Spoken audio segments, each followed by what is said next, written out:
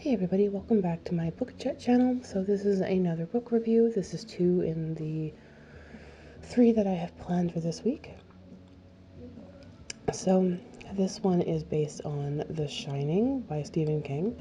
So as per usual, I'm going to go through the very short synopsis listed here on Goodreads, and then we will go from there.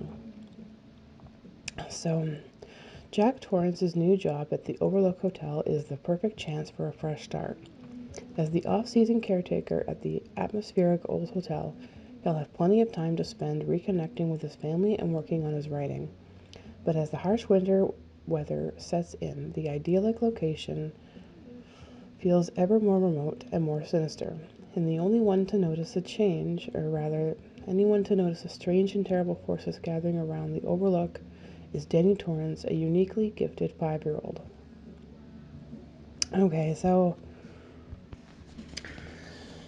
diving into this particular story, I really had no idea what I was walking into. Going purely off the book's cover, just the title itself, The Shining, I actually thought that was the name of the hotel. I hadn't read the blurb or anything, so I walked into this book completely blind. It wasn't until I got further into the story that they gave their definition of shining and realized it wasn't the name of the hotel, but rather what they one of many different titles that they give people that have the gift that they briefly mention in the synopsis. So basically, the gift of being, see if I can try and, it's not knowing or just having the gift to be able to see things that others can't, to be a little bit more perceptive than others, to almost like having a second sight of sense. And more often than not, children of all ages tend to have this gift, regardless of what family, background, or religion they come from. It's just something children have. Some more than others. Some will completely grow out of it, and some don't.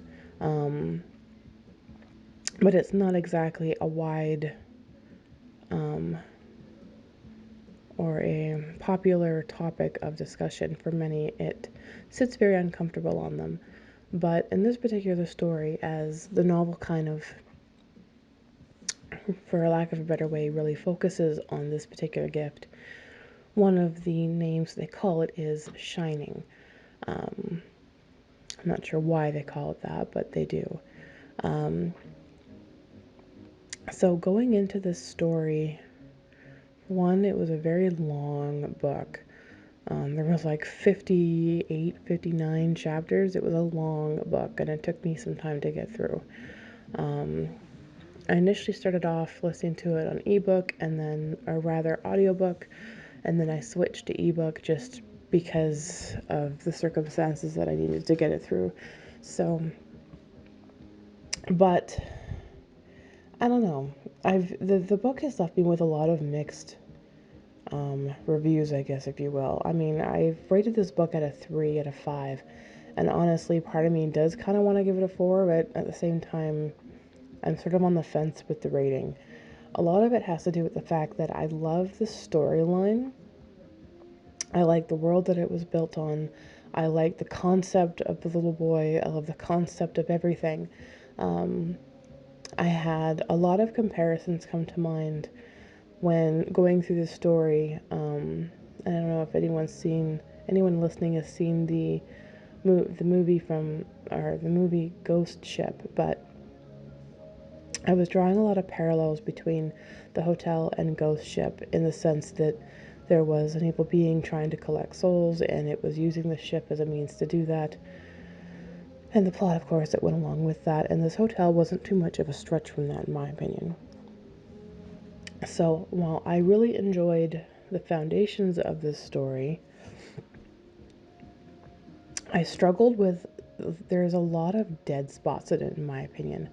There is so much detail that gets written into this story, and while that's never a bad thing, but there's details and then there's details, and there are a lot of what I would consider dead spots in this story where it goes on really, really well, and then it just kind of veers off, and then it gets going and it's really good again, and then it kind of veers off, and it kept doing this back and forth.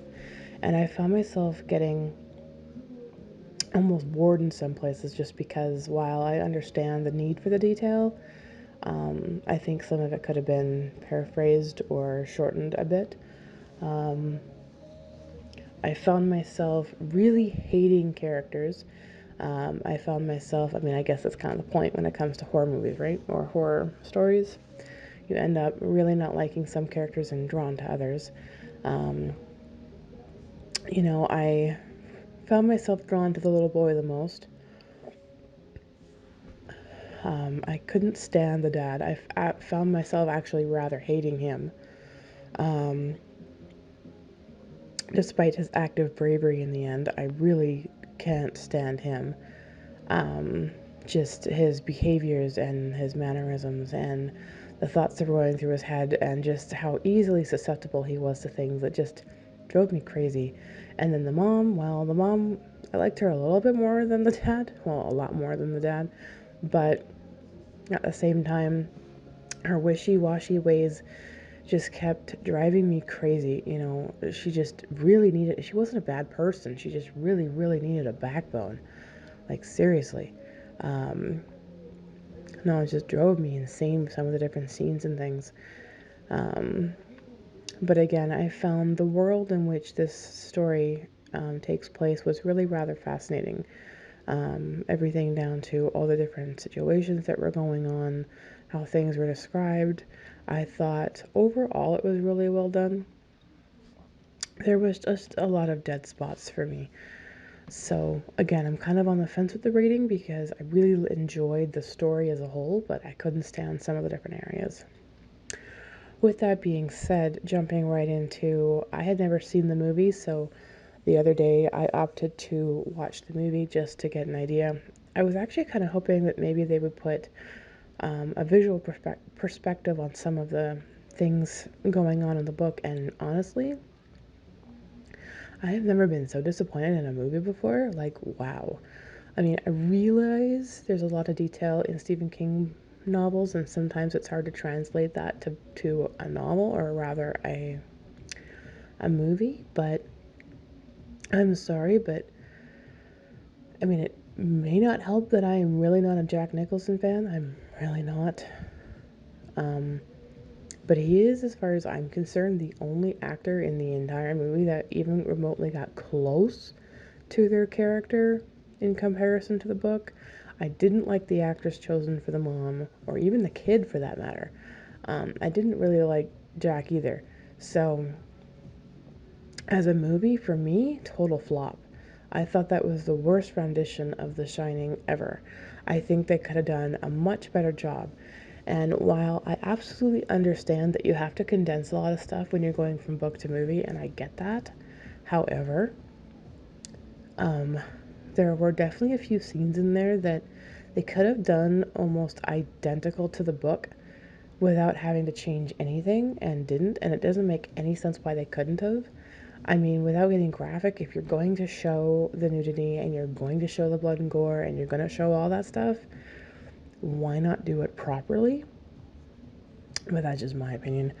So, I mean, the book, so I'm going to be generous and I'll raise the rating just because as I'm talking about it, the more and more I find myself remembering how much I do enjoy a lot of the story. So, um, there was definitely some creepy scenes in the sense of, the hedge animals and things like that.